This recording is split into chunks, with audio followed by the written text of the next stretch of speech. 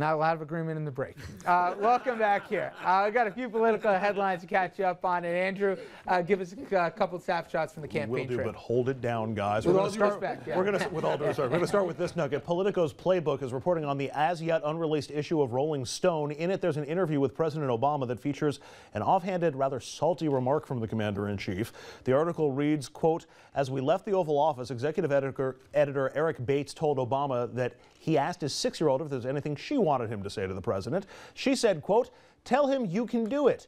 Obama grinned, quote, 'You know, kids have good instincts,' Obama offered. 'They look at the other guy and say, well, that's a BSer, I can tell.'" Although he did not use BSer, he used the actual full word. In other news now, a new undercover video capturing Patrick Moran, the son of Congressman Jim Moran, providing advice on how to engage in voter fraud. It has to be like a utility bill or something like that, so you have to forge it. Yeah, I would look at the law, I would look at what you need, but I imagine it's going to be something, it's just going to have a name and address on there. It looks like you'll be able to satisfy that, but it's going to have to look legit. Patrick, who until today was the field director for his father's campaign, appeared at first reluctant to talk voter fraud, but within minutes he was discussing what one would need to pull it off. The video was released by James O'Keefe. You'll recall that name. He helped bring down Acorn with another undercover video. Pat has since resigned, but he said he thought the person who approached him about engaging in voter fraud was, quote, crazy. To Illinois now, Reverend Jesse Jackson among 12 arrested this afternoon at Sensata Technologies. The company's in the process of moving its manufacturing operations to China, removing 170 jobs from the Illinois plant. Sensata Technologies is owned by Bain Capital, which Mitt Romney co-founded. And because he owns about $8 million worth of Bain funds, he continues to profit from the deals Bain makes. If Sensata makes money by closing the plant, Romney could stand to gain too. That plant, by the way, is scheduled to close the day before Election Day. And Rich was banging this drum yesterday. Asking why Bill Clinton wasn't campaigning with the president more often. Well, today we got an answer. He will. He was listening to you, Rich. Clinton will join the president for 3 campaign stops. Could you give him some other advice, too? Yeah. In crucial swing states on Monday. Their trip includes Orlando, Florida, Youngstown, Ohio, and Prince William County, Virginia. It will be the most intensive campaigning the two have done together during this campaign. And lastly, we've got yet another reason to say thank you, Citizens United.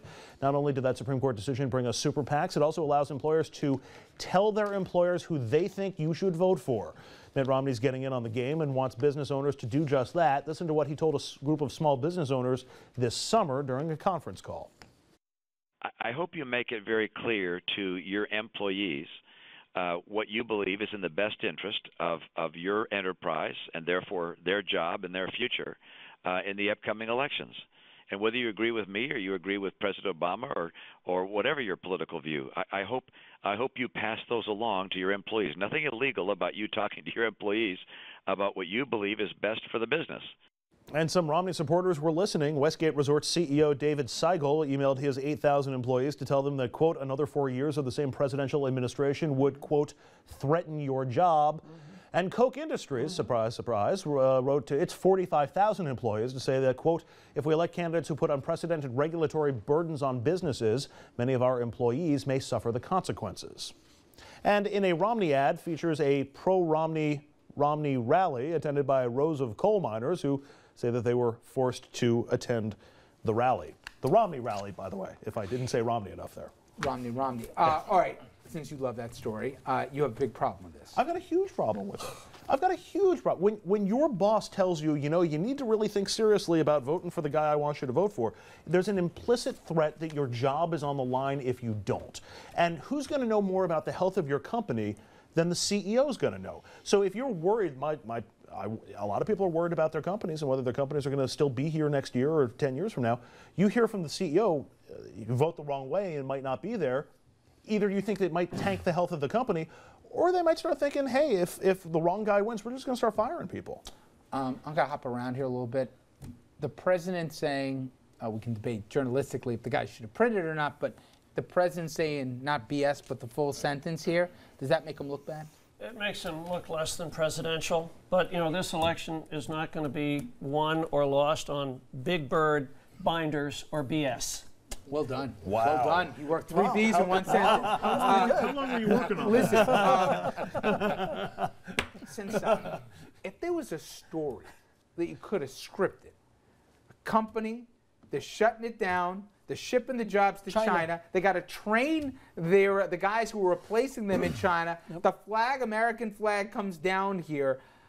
How is this not manna from heaven for the Democrats? Why haven't they done anything with this? It was like about 12 people know the story. Brought to you by the DNC. Okay, but they haven't done anything with it, really? No, they really haven't. But they've been certainly hitting that same drum. Look, Barack Obama in all the debates talked about one of the things that we have to do is close these corporate tax loopholes. With me that they screwed up so far by not making this on the tip of everybody's tongue, Sensata? I agree with you. I think they should have. I think it's because it exemplifies what they've been talking about in the debates. How much does Bill Clinton help Obama? Even the congressman, the Republican at the table here, would say 1,000%. Now, the point I tried to make last night was that I didn't say that. Can we just trash the respect at this point and let's just get? He can't be, President Clinton can't be with him every day up until the campaign. But well, he's got other things to do. But you better believe that President Obama learned from the mistakes of Al Gore, and he's going to have Mr. Clinton out. He would even have Hillary out there if he could, But it's the difference between winning and losing. And speaking of losing, if Moran loses his seat in Virginia, I ain't gonna shed a tear for him. That idiot kid saying. First of all, I don't care your party to go advocate voter fraud here. I cannot believe in this day and age. I'm going to offer the worst defense possible for this guy, which is there's a reason why entrapment is illegal. When somebody presents you an opportunity, I think you said it. That was a weak defense here. That idiot. And then to say that he thought the man that entrapped him was crazy, so that's why. I'm gonna hold it against the father of having such a stupid kid. Right. All right. We take a quick break. Don't even. I killed the Democrat. Don't go try to help him here now. When we come back, a few new endorsements, papers that has switched allegiances since 08. This will be interesting. Stay with us.